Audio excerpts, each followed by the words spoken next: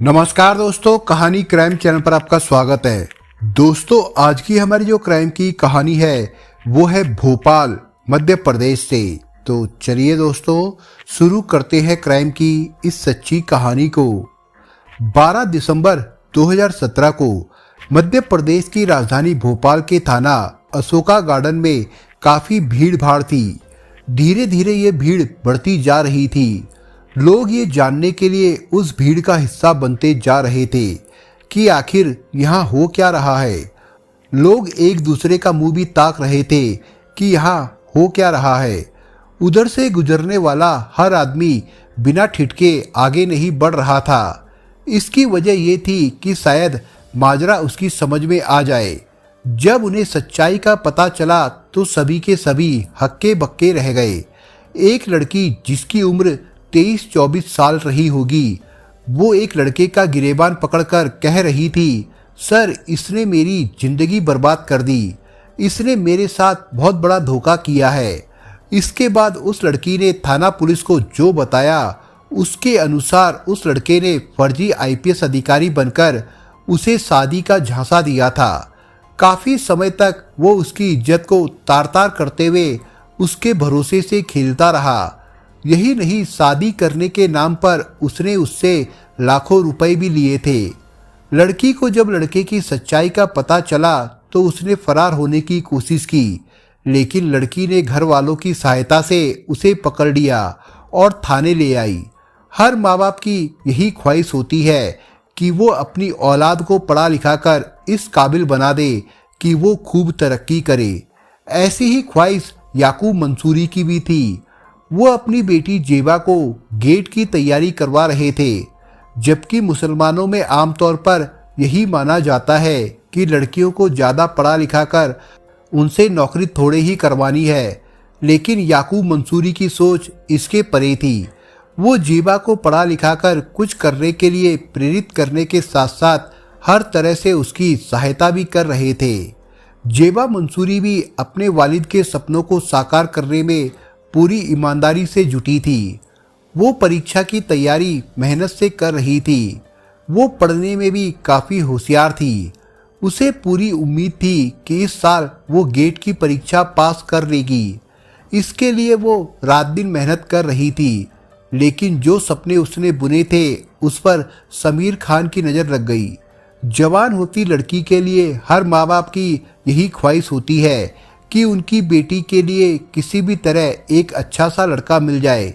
इसके लिए माँ बाप लड़के वालों की तमाम तरह की मांगों को पूरी करने की कोशिश भी करते हैं। अच्छे रिश्ते के लिए ही याकूब मंसूरी ने शादी.com पर बेटी जेबा की प्रोफाइल बनाई थी। उन्होंने ऐसा बेटी के सुखद भविष्य के लिए किया था, लेकिन हो गया उल्टा। शायद इसलिए जहाँ शादी की शहनाई बजनी थी, वहाँ अब मातम पसरा था। समाज में आज इतना बदलाव आ गया है कि लड़के लड़कियां अपनी पसंद से शादी करने लगे हैं। इसमें कोई बुराई भी नहीं है, क्योंकि जब लड़के और लड़की को जीवन भर साथ रहना है तो पसंद भी उन्हीं की होनी चाहिए। इसलिए अब परिचय सम्मेलन आयोजित किए जाने लगे हैं। इसमें सबसे बड़ा फायदा ये हुआ है कि लड़के के साथ लड़की को भी अपनी पसंद का जीवन साथी मिल जाता है। चूँकि जमाना हाईटेक हो चुका है, इसलिए अब शादी के लिए जीवन साथी तलाशने का काम ऑनलाइन भी होने लगा है। कई प्लेटफॉर्म लोगों की शादी के लिए अच्छा जरिया बन गए हैं। जेबा मंसूरी ने थाना अशोका गार्डन पुलिस को जो तहरीर दी थी, उसके अनुसार शादी के नाम पर उसके साथ धोखा हुआ था। जेबा ने नए साल में अपने लिए तरह तरह के जो अरमान पाले थे, नए साल के कुछ दिनों पहले ही उसके साथ जो हुआ, उससे उसके सारे अरमान एक ही झटके में चकनाचूर हो गए। उसने क्या सोचा था और उसके साथ क्या हो गया। शादी के नाम पर उस लड़के ने उसके साथ बहुत भयानक खेल खेला था, जिसे वो चाहकर भी इस जन्म में नहीं भूल पाएगी। जेबा ने जो शिकायत दर्ज कराई है, उसके अनुसार उसके शादी के नाम पर धोखा खाने की कहानी कुछ इस प्रकार है। जेबा प्रतियोगी परीक्षा गेट की तैयारी कर रही थी। जवान होती बेटी की शादी के लिए पिता याकूब मंसूरी ने शादी.com पर प्रोफाइल बना दी थी। शादी.com के जरिए शादी के लिए उसकी प्रोफाइल पर एक रिक्वेस्ट आई। रिक्वेस्ट में दिए मोबाइल नंबर पर याकूब मंसूरी ने बात की। इस बातचीत में उसने अपना नाम समीर खान बताया था। उसने बताया कि वो चेन्नई में सीबीआई में बतौर अंडरकवर डीएसपी नौकरी करता है। याकूब ने उसके घर वालों से बात करने की इच्छा जाहिर की तो उसने अपने पिता अनवर खान का नंबर दे दिया। अनवर खान से समीर खान के बारे में जानकारी ली गई तो पता चला कि उनका बेटा समीर सीबीआई में अंडरकवर डीएसपी है। फिलहाल उसकी पोस्टिंग चेन्नई में है। इसके बाद समीर ने याकूब मंसूरी से जेबा का मोबाइल नंबर ये कहकर मांग लिया कि वो उससे बात करेगा। अगर वो उसे पसंद आ गई तो वो इस जान पहचान को जल्द ही शादी जैसे खूबसूरत रिश्ते में बदल देगा। याकूब मंसूरी ने समीर की बातों पर भरोसा करके उसे जेबा का नंबर दे दिया। अक्टूबर महीने में एक दिन जेबा के मोबाइल पर समीर ने फोन किया। दोनों में काफी देर तक बातें हुई। दोनों ने एक दूसरे को अपने अपने घर परिवार और विचारों के बारे में बताया। समीर ने ऐसी लच्छेदार बातें की कि जेबा उसके दिखाए साजबाग में फंस गई। इसके बाद अक्सर उनकी बातें होने लगी। व्हाट्सएप पर भी संदेशों का आदान प्रदान होने लगा था। ऐसे में ही एक दिन समीर ने भोपाल आकर जेबा से मिलने की ख्वाहिश जाहिर की, जिसे वो मना नहीं कर सकी। समीर के भोपाल आने की बात पर एक और जहां जेबा खुश हो रही थी, वहीं दूसरी ओर अनजाना सा डर भी उसे सता रहा था, क्योंकि किसी से फोन पर बात करना अलग बात होती है और आमने सामने मिलना अलग। लेकिन शादी का मामला था, इसलिए जेबा ने मिलना मुनासिब समझा। आखिर वो समीर को लेने भोपाल रेलवे स्टेशन पर पहुंच गई। ये 22 नवंबर 2017 की बात है। दोनों ने एक दूसरे को देखा तो पहली नजर में ही पसंद कर लिया। समीर ने जेबा के घर जाने के बजाय उसके साथ स्टेशन से सीधा नूर सुबह पैलेस होटल पहुंचा, जबकि जेबा उसे घर ले जाना चाहती थी, लेकिन समीर की मर्जी के आगे उसकी एक ना चली। होटल में उसने डबल बेड कमरा लिया था, जिसमें दोनों 2 दिनों तक रुके। इस बीच समीर ने अपने परिवार के बारे में जेबा को खूब बढ़ा चढ़ाकर बताया। उसके बताए अनुसार उसके परिवार के ज्यादातर लोग सरकारी नौकरियों में है। कोई जज है तो कोई इसी तरह की अन्य सरकारी नौकरी में। अपने पिता के बारे में उसने बताया कि उनका मुंबई में कपड़ों का बहुत बड़ा बिजनेस है, इसलिए वो वहीं रहते हैं। वो बनारस का रहने वाला है, जहां उनकी काफ़ी ज़मीन जायदाद है। अपने घर परिवार के बारे में बताकर समीर ने जेबा से कहा कि वो उसे पसंद है और उससे शादी के लिए तैयार है। समीर अच्छे घर का लड़का था और सीबीआई में अफसर था, इसलिए जेबा ने भी हामी भर दी। जेबा के हाँ करते ही समीर उससे छेड़छाड़ करने लगा। इसके बाद सारी मर्यादाएं लांघते हुए उसने उसके साथ शारीरिक संबंध बना लिए। जेबा भी उसके बहकावे में आकर गुनाहों के ऐसे दलदल में जा फंसी, जहां से निकलना किसी भी लड़की के लिए बहुत मुश्किल होता है।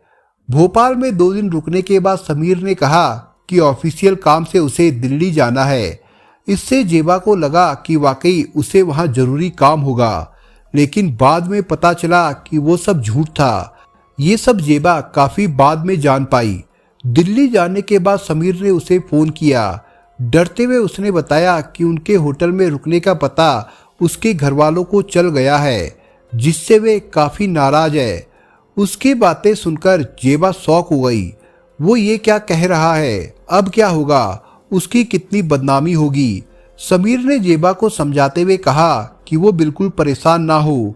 ये बात भोपाल में किसी को पता नहीं है, सिर्फ उसके घर वालों को ही पता है। इस बात से वे काफी नाराज है, लेकिन घबराने की कोई बात नहीं।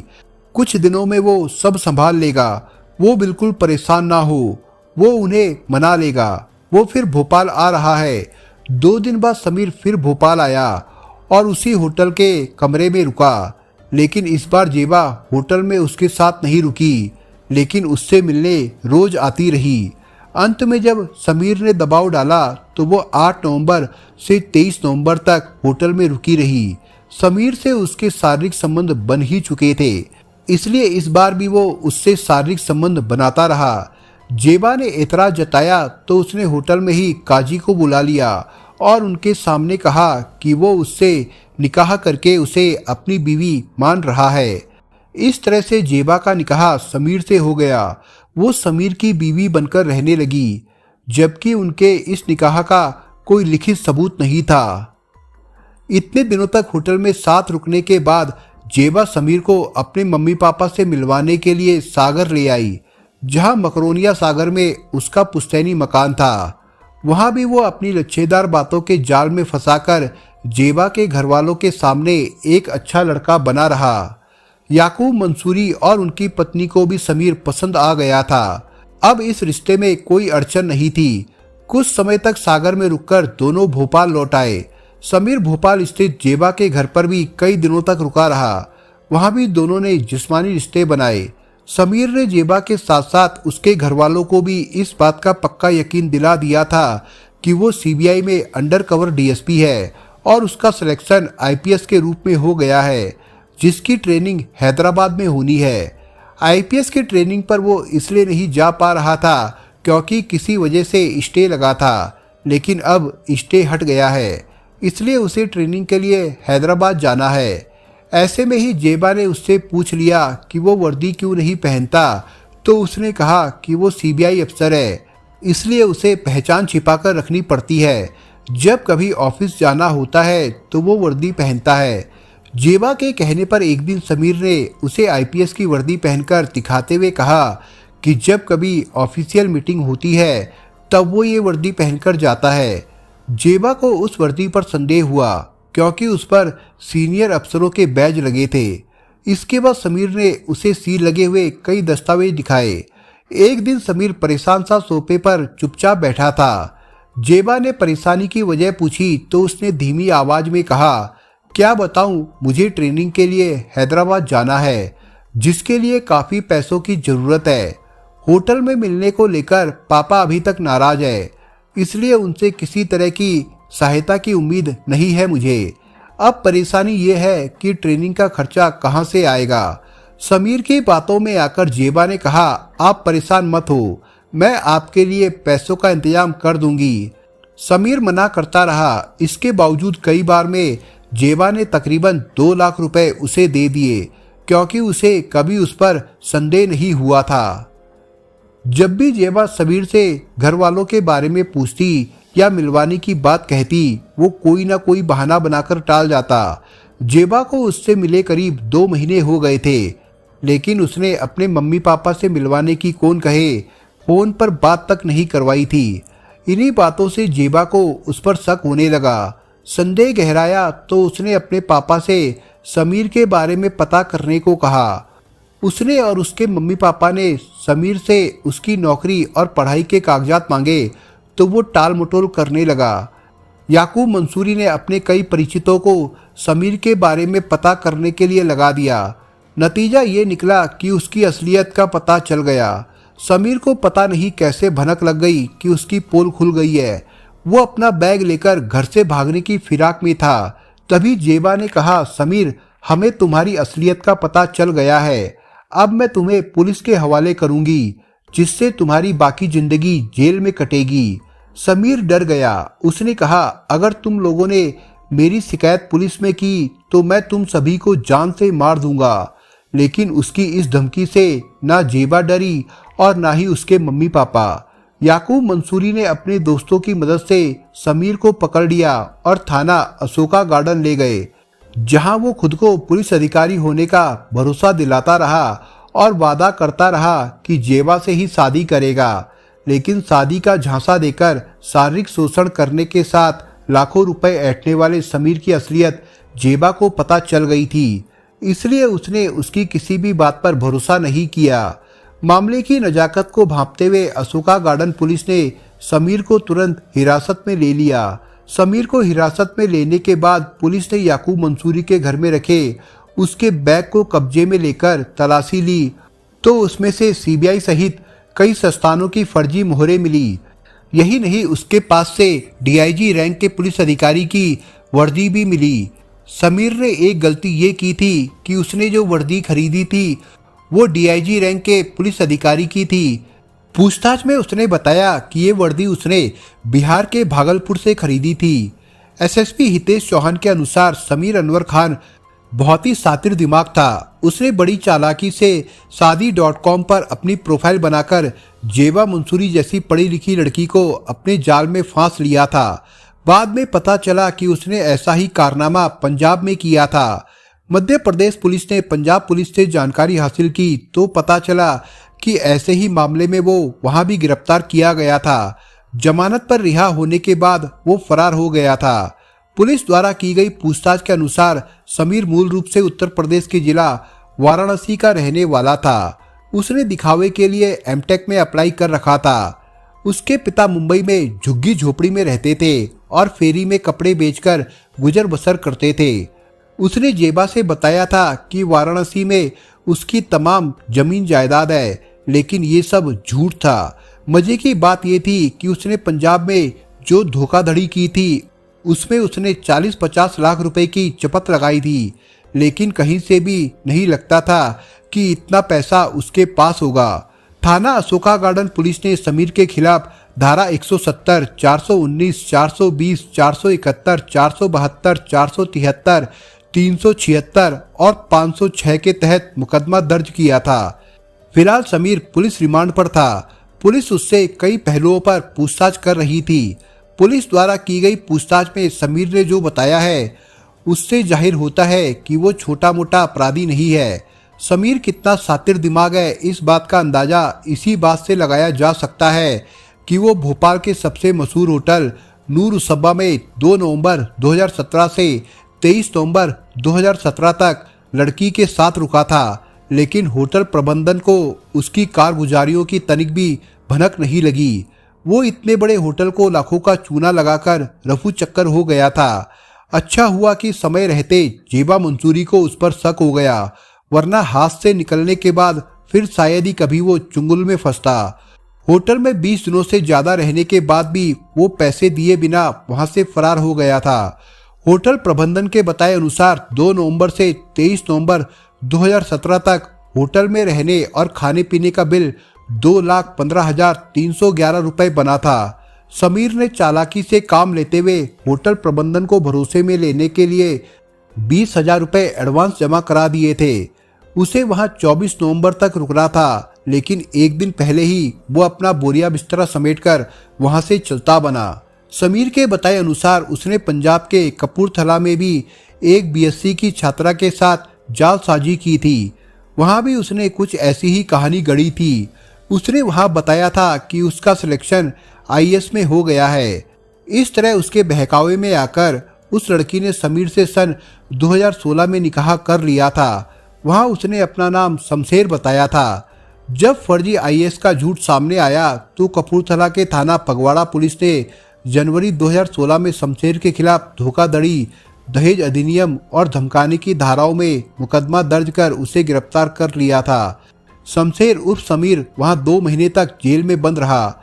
उसकी दादी ने जमानत कराई तो जेल से बाहर आते ही वो फरार हो गया। अब देखना यह है कि मध्य प्रदेश के साथ साथ पंजाब पुलिस समीर उर्फ शमशेर को धोखाधड़ी, पैसा ऐंठने, शारीरिक शोषण और फर्जी पदों का गलत इस्तेमाल करने के अपराध में कितनी सजा दिलवा सकती है। पुलिस ये भी पता कर रही है कि ये काम समीर अकेला ही करता था या फिर उसके साथ कोई और भी था। दोस्तों, इस कहानी के बारे में आपके विचार क्या है, हमें कमेंट बॉक्स में जरूर बताएं। और दोस्तों, अगर आपको हमारा काम पसंद आया हो तो वीडियो को लाइक शेयर जरूर करिए। और अगर आपने अभी तक चैनल को सब्सक्राइब नहीं किया हो तो जाने से पहले चैनल को सब्सक्राइब जरूर करिए दोस्तों। धन्यवाद।